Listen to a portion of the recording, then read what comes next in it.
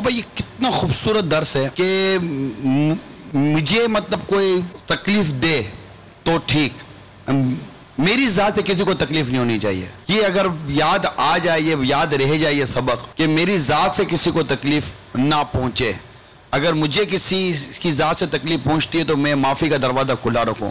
یہ کتنا خوبصورت درس ہے بابا. یہ مدینہ نہ ہو جائے سارا معاشرہ صحیح ہو جائے. مگر یہ کہ اس وقت ذہن بھی بنتا ہوگا سننے کے بعد اب نے یہی کرنا ہے. لیکن عین طواف میں بھی اگر اللہ نے نصیب کیا اور پاؤں پر کسی کا بھاری پاؤں پڑ گیا نا تو بے اختیار منہ سے نکلے ابے اندھا ہے، دیکھ کر چل، بڑا پار ہو گیا اپنا، نکل جائے گا.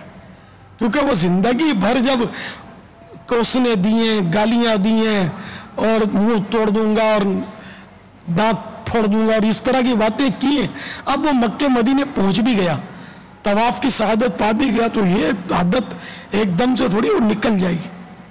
وہ تو وہی ہونا ہے کہ وہ نکل جائے گا بابا. اس کو ابھی سے پکا کرنا ہے. بابا نکل گیا ٹھیک ہے، فوراً یاد آ گیا باپا نے یہ کہا تھا، اب کیا کرے؟ ہاتھ جوڑ لے. ہوتا ہے، نکل جاتا ہے، دھکا لگتا ہے، اندر جب دھکا لگتا ہے تو آپ کو پتہ اندر کا نکلتا ہے.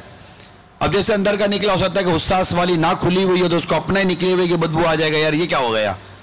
ہاتھ جوڑ لے، فوراً معافی مانگے. بالکل. یہ توہین کی نا اس کی، ابھی اندھا ہے دیکھتا نہیں ہے. جو بھیڑ میں بیچارے وہ گناہگار بھی اس کو نہیں کہیں گے. بھیڑ میں ہوتا ایسا کہ پاؤں پر پاؤں پڑ جاتا ہے. طواف کی بھیڑ پر کوئی اپیل بھی نہیں کرے گا، وہ تو ہے ہی ایسی عبادت. حج کے دنوں میں تو بھیڑ ہونی ہے طواف پر، اس میں اپنا اختیار نہیں ہے نا. ہاں حجر اسود میں اختیار ہے کہ حجر اسود چومنا ضروری نہیں ہے، یقیناً سنت ہے، بڑی عظیم سنت ہے.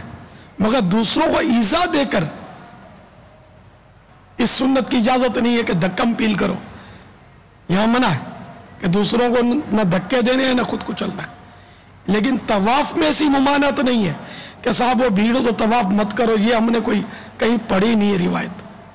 حجر اسود کا لکھا ہے، کیونکہ حجر اسود کا وہ متبادل طریقہ لکھا ہے، استلام کہتے ہیں اس کو. حجر اسود کو چومنا بھی استلام کہلاتا ہے. تو اب دور چلو نہیں، بھیڑ دھکم پیل کرتے ہیں. پھر فخریہ کہہ رہے ہیں میں نے تو اتنی بار وہ حجر اسود چوما، کیا کمال کیا. اس کے پسلی میں بیچارے کو مار دیا تو وہ پھر اس کو ٹیبلٹ لینی پڑی، اس کے پاؤں پہ پاؤں رکھ دیا، سوجا چڑھ گیا. تم جوان ہو نا، بیچارہ بوڑھا ایک پھنس گیا تھا، اس کو تمہارا پس گیا بیچارہ، تو یہ ہو گیا. تو اب کیا تم نے اتنی بار چوما، تم نے اس سے تو اچھا تھا تم مکہ مدینے جاتے ہی نہیں. اگر ایذا مسلم کا ہی تمہیں باعث بننا تھا تو یہیں سے ٹھیک ہے. واقعی میں کہتا ہوں، ویسے ہی وہاں تو 1 کا لاکھ ہے نا مکہ شریف کے حرم میں. حرم مسجد حرام کے باہر بھی حرم بہت دور دور تک ہے. ایک نیکی کی لاکھ نیکی اور ایک گناہ بھی لاکھ گناہ ہے. تو وہاں چونکہ متبادل موجود ہے کہ بھائی دور سے حجر اسود کی طرف اشارہ کر کے اپنا ہاتھ چوم لو، تب بھی استلام ہو جائے گا، سنت ادا ہو جائے گی. طواف میں جو استلام ہے وہ ادا ہو جائے گا. لیکن طواف کا کوئی متبادل نہیں ہے نا کہ اس کا وہ الٹرنیٹ ہے کہ چلو بھائی یہاں اب کعبے کا طواف مشکل ہے تو بھیڑ ہے تو مسجد الحرام کے فلاں ستون کے 5-7 پھیرے لگا لیتے ہیں. یہ نہیں ہے نا، ایسا اس کا الٹرنیٹ نہیں ہے، متبادل نہیں ہے. اور طواف تو بھیڑ میں بھی کرنا ہے، لیکن حقوق العباد کا خیال وہاں بھی رکھنا ہے. ہمارے ارادے سے جان بوجھ کر اگر کسی کو کونی لگی، دھکا لگا تو پھر اس میں تو پھنسنا ہے. اور اگر جان بوجھ کر نہیں مارا، ویسے لگ گیا تو لوگ اتنا کیئر نہیں کرتے کہ بھیڑ میں ہو جاتا ہے ایسا. ہمیں پوری کوشش کرنی چاہیے، بالکل سمٹ سمڈا کر ایسی احتیاط کے ساتھ طواف کرنا چاہیے کہ کسی کو لگے نہیں. یہ نہیں ایک وہ دادا گیر کی طرح وہ ایٹو کر کے یوں جیسے نہیں. یہ مطلب عاجزی کا مقام ہے، قوت کا مظاہرہ کرنے کی جگہ نہیں ہے. یہ ذہن میں رکھنا ہے. ہمیں اللہ نصیب کرے عاجزی کے ساتھ، انشاءاللہ انکساری کے ساتھ اللہ نصیب کرے تو رو رو کر طواف کرنا ہے. آمین آمین.